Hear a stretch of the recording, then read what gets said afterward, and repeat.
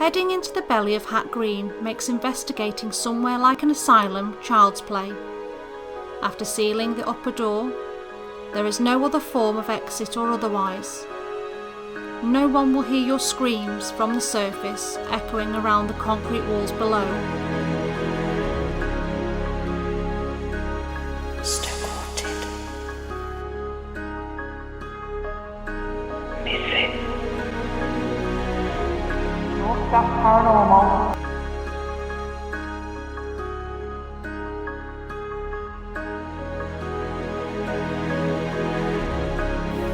Investigating just got real.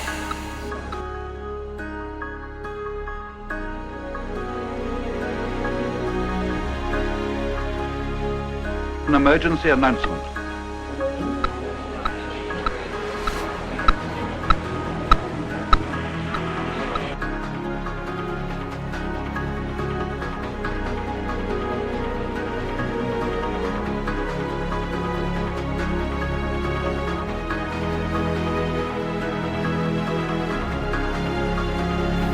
The truth is out there.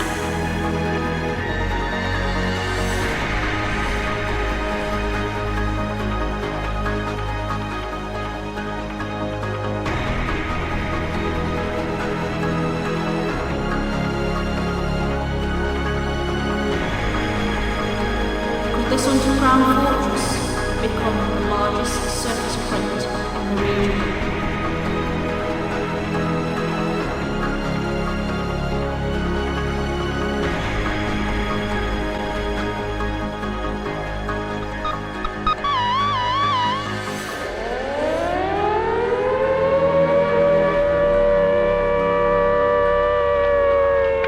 Stay tuned to find out. Investigating just got real.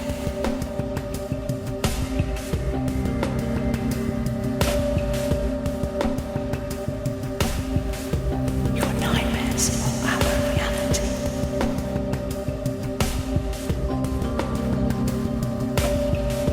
We are Stoke Haunted.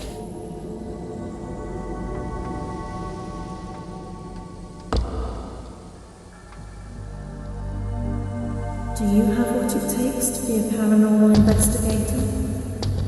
Join us if you dare. Hat Green, the secret nuclear bunker, is opening the doors to 3 private teams: Stoke Haunted, Misfits, and North Staff's Paranormal. 3 intrepid teams passing through the blast-proof bunker doors in the aim to search for the claims of the paranormal in the subterranean fallout governmental bunker.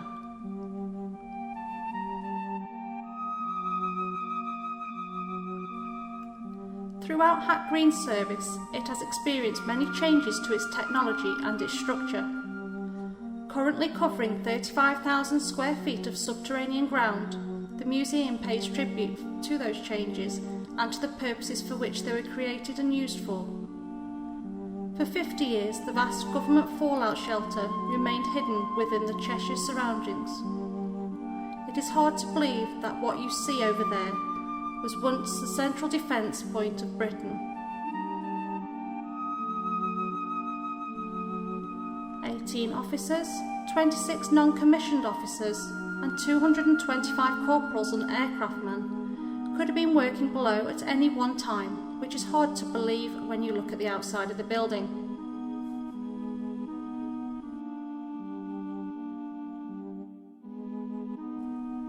Hat Green, also known as R6, began its life as a large-scale decoy during the Blitz. At night, in an attempt to protect Crewe railway station, the surrounding areas of Hat Green became ablaze in a simulated city fire. It was hoped that the fires would cause the passing Luftwaffes to drop their bombs over a different target.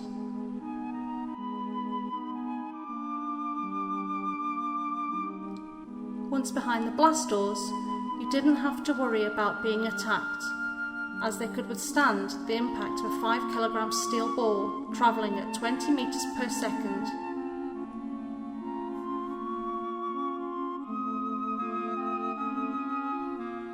In the 1980s, £32 million was spent to rebuild the bunker, making it operational headquarters.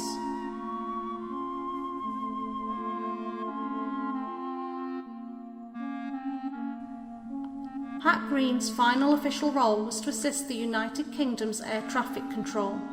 However, that role was short-lived when the station was closed in 1966, transferring the role to the RAF Lindholme in South Yorkshire. The bunker was left in a suspended animation for 10 years, when the Home Office finally purchased the site so that they could turn it into a regional government headquarters. But once again, when the Cold War ended in 1992, Hat Green was no longer needed. The Home Office soon decommissioned and declassified the bunker in favour of selling it to a private buyer. In 1998, the premises was opened as a museum that holds the largest display of nuclear weaponry. Having featured twice on certain paranormal programmes, the question looms: could Hat Green actually be haunted?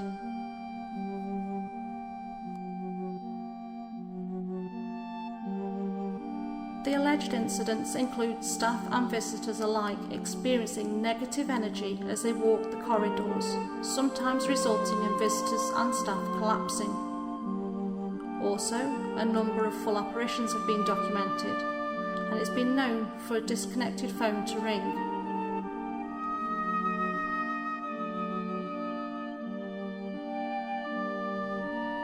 With no source of light available, once we descend onto the lowest floor, we will be at the mercy of whatever may hide below. Much has been left exactly where it would have been during active service, which adds an element of drama and seriousness to proceedings.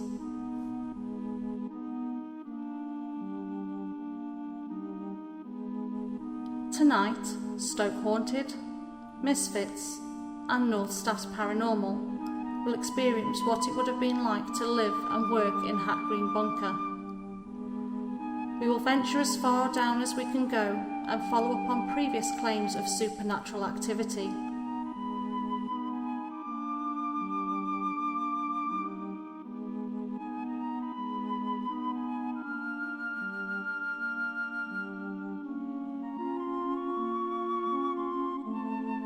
The secret nuclear bunker of Hat Green, Cheshire.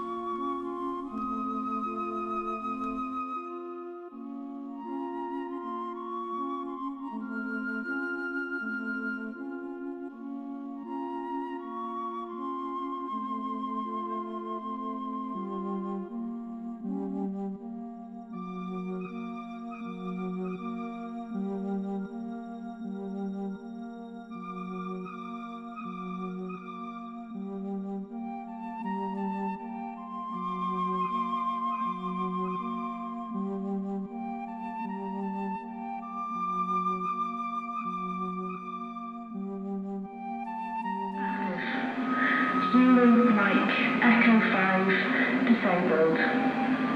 Test message ends.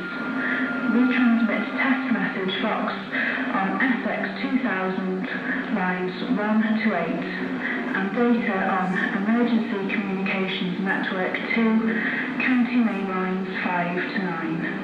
End of test message communication. But just part of my job is to communicate with the paranormal investigators and the teams, arrange dates, any other queries that they have. Help them out. What your experience has been like since you've been here? Paranormal wise? Yeah. Any paranormal activity? Yeah. Well, I did attend a ghost hunt or paranormal investigation a couple of weeks ago. A couple of bangs. I had a really weird sensation that felt like I was being pushed back of my neck, top of my shoulders, like I was being pushed forward. That was in the dormitory. In the dormitory? Yeah. So somewhere we might need to... and my husband, who's quite sensitive to paranormal, he believed he saw some shadows in room 2, which we'll go in a bit. And then, wasn't it last Friday, or the Friday before, I was here on my own, no sounds on, no one else in the building. It was about 8:30 in the morning, and something went bang. What went bang? I don't know. But I quickly kind of closed my office door. This is a bit like them. You felt at any point really unnerved because of what people have been saying or what you know? No, I haven't. I've not personally felt unnerved at any time. I try and kind of keep a bit of an open mind to things, because I'm one that kind of lets my mind go a bit crazy if I think about things too much. So if I go downstairs and it's dark, I don't try and think of anything. I just turn the lights on, do what I need to do, and kind of go as quickly as possible. Have you got a particular favourite place within the bunker? I like it all really. It's very every room I think is really interesting. I keep being drawn to the dormitory, but I think that's more because of what's happened to me in there. I'm a bit more kind of wanting to find out a bit more. Probably find me sleeping in. Room that scares me, but I think it's more in the daytime with the sound effects. We have a nuclear shelter room, so it's what we call the blast room. So it's like lights are flashing, loud noises, so it's meant to be kind of an experience of if there was a nuclear attack. Yeah, so I always find that a bit scary when I'm in there in the daytime, but I think that's more like I say the noises that happen and the lights flashing. The other person to speak to, she's actually away, is Lucy. Like I say, she's always here every time there's a ghost hunt on. Like I said, there's always a senior member of staff on site. It is something that she's asking me to do, if something comes up where she can't do it, for me to be on site instead. And she always does a talk, obviously a health and safety talk, and some groups do ask about the hotspots. Now, Lucy hasn't informed me of this information yet, but obviously she knows that information. And she always sits here or in the canteen or in her office. So when people come back from the investigations, obviously she overhears what people have experienced and seen and things. So Lucy has a bit more of an idea of experience. Lucy's certainly jumping in for you first, aren't you? Yes, definitely. Well, if it's something you enjoy. It's a good job that the paranormal side doesn't. I'm very curious about the paranormal side. I think I'm more on the believer side of things, but I definitely don't believe absolutely everything is to do with a ghost or a spirit. So obviously people have different names for them, don't they, and believe different things. So I don't, like I say, something bangs, I don't kind of go, oh, that's a ghost. It's kind of like, well, You'll enjoy us then, because we don't do that. So it's like, from what research I've done, we're looking at a 35,000 square foot bunker. Mm-hmm. I believe that there's 2 lower levels. There is, the mezzanine floor is not open to the public. It is a restricted area, so we won't be able to investigate. Lucy's the best person to ask about that. She has, it's Lucy's family that own the museum, the bunker itself. So both her and her dad, Rod, who is he stepped down from being museum director, and Lucy took over. They both have amazing knowledge, outstanding knowledge about this place. You'd need to, wouldn't you, to be able to invest your time and your livelihood in such a complex and extravagant way as to what the bunker is. Yeah, so they have so much knowledge and that goes way back. So again, Lucy's probably the best person to get all that information from. Absolutely fantastic. I think for now, that'll be it for now. Yeah, kind of, we go on the fly a little bit. Right, thank you very much. It's alright, it's okay.